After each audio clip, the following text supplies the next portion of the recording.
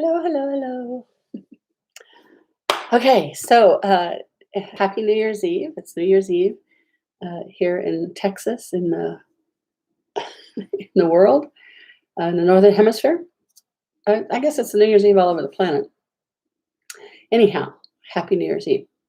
And I wanted to hop on here to share a really useful tool, especially if you're going to be uh, around people or alive, really. I mean, with the COVID and everything, you might not be around people, but you're still energetically aware and you're still around people, um, even if you're not physically going out. I went out today just to do some errands and I came back like pulling my hair out because there's just so much churned up right now.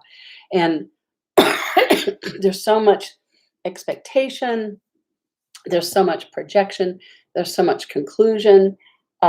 Everybody has opinions about masks, the COVID, the this, the that, the other, right? And all of those are strong energies. Right now, it's like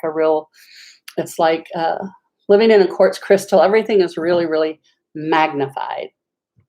And so, this tool that we're going to play with here, uh, we're playing with it because it's much more effective than working on it. Energy is much better to play with things. So this tool is so simple. It's so simple when you do it, and it's easy to do. But like whenever you're changing a pattern or a habit, it kind of takes having to remember it.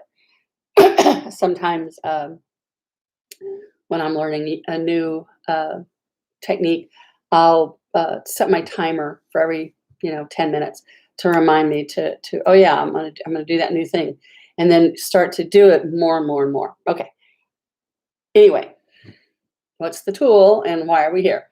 All right. So the tool is, who does this belong to? Which sounds like a really obvious kind of thing.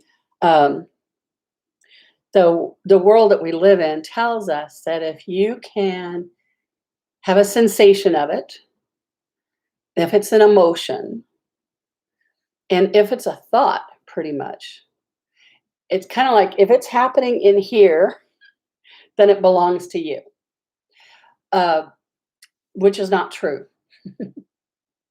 So let's say, I'm not trying to sell you on this idea, but just try this idea on. What if 90%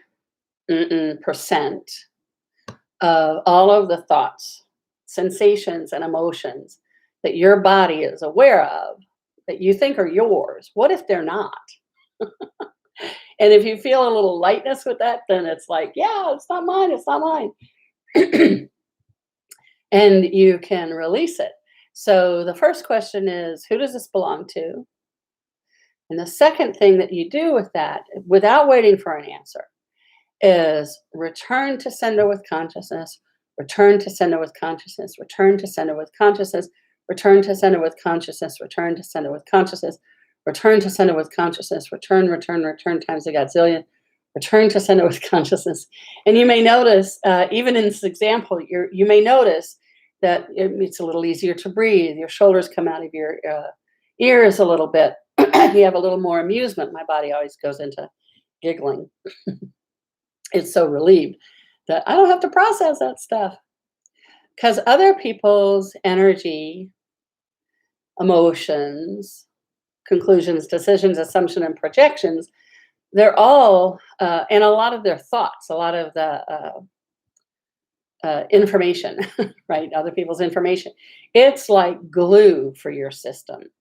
So if you, like when I experienced, I went out, when I left my home, I was feeling good and boppy. And I was out, and between the traffic and the this and that and the other, I came home and I was like, "Rah, rah, rah, rah, rah."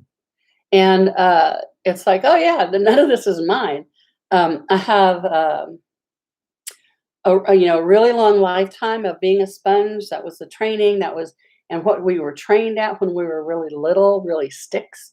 And so it's not about making it bad and wrong. that I still sponge things up. It's just that, oh yeah, I know what to do with this. And the more you repeat, interesting, who does this, return to center with consciousness, return to center with consciousness, return to center with consciousness, you can think of it as you're giving your body permission to release the energy that doesn't belong to you. And uh, when you say return to sender with consciousness, you're not like I came back grumpy. I'm not sending grumpy energy into the world. I'm not sending grumpy energy into the drivers and all the people that my body personality perceives as the reason why I got grumpy. That's not what we're doing. When you do return to sender with consciousness, you're returning it to okay, let's make it simple.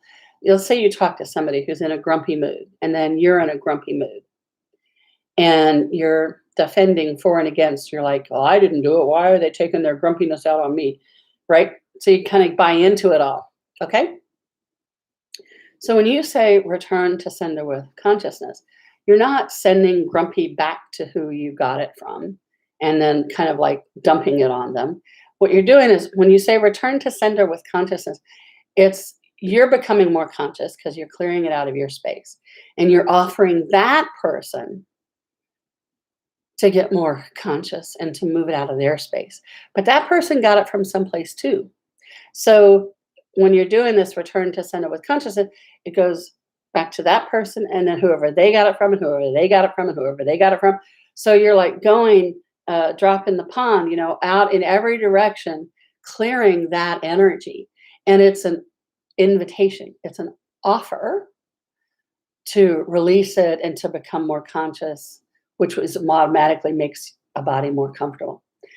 And it's none of your business whether any of them energetically take you up on it or not. Your business is to get it out of your space. And then return to center with consciousness offers it to everybody else.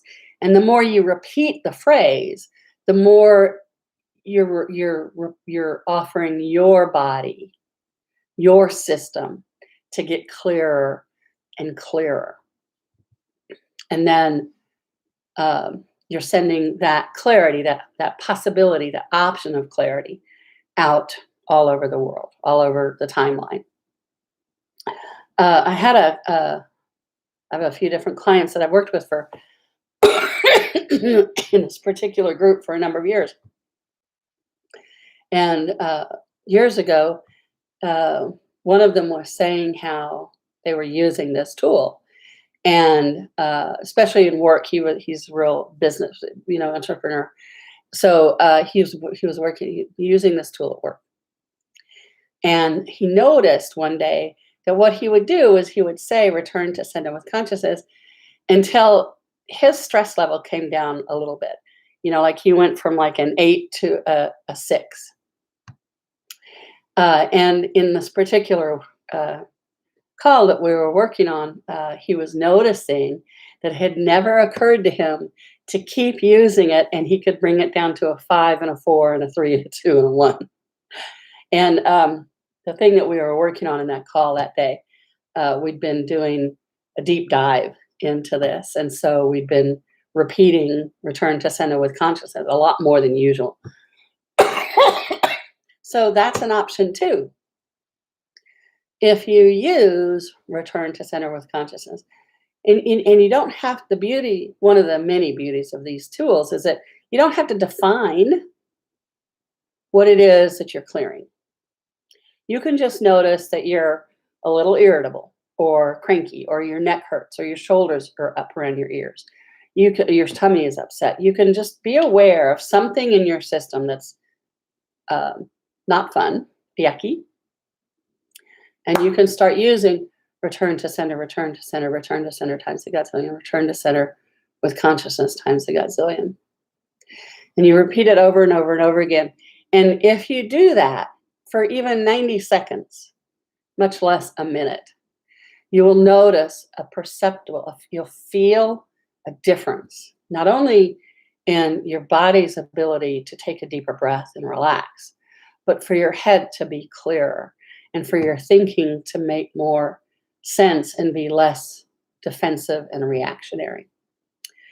So as you're around people or as you're sitting at home watching TV or whatever, however you're going to celebrate New Year's Eve or any night that you're or day that you're listening to this, do the experiment. That's the only way to know if this stuff works. If it works for you, it works. And the only way it can work for you is if you do it. So I recommend, because if you want to feel better fast, this is a really great way to do it. Return to center with consciousness, return to center with consciousness, return to center with consciousness. And in the beginning, you might have to say it longer than your attention span for it. But I guarantee if you do it for 90 seconds, you're going to notice a big difference. And if you do it for 120 seconds, you're going to notice a really big difference. So see how it happens for you when you notice that you're feeling uptight or agitated or icky, and without mentally premeditating it all, just notice it and go, okay, whatever this energy is, return to center, return to center, return to center with consciousness times a gazillion, and notice what happens. So, as my mother would say, be good and have fun. What that really means is love up on you, love up on life and living, and what wonders can you create? All right. Thanks for being here. See you soon.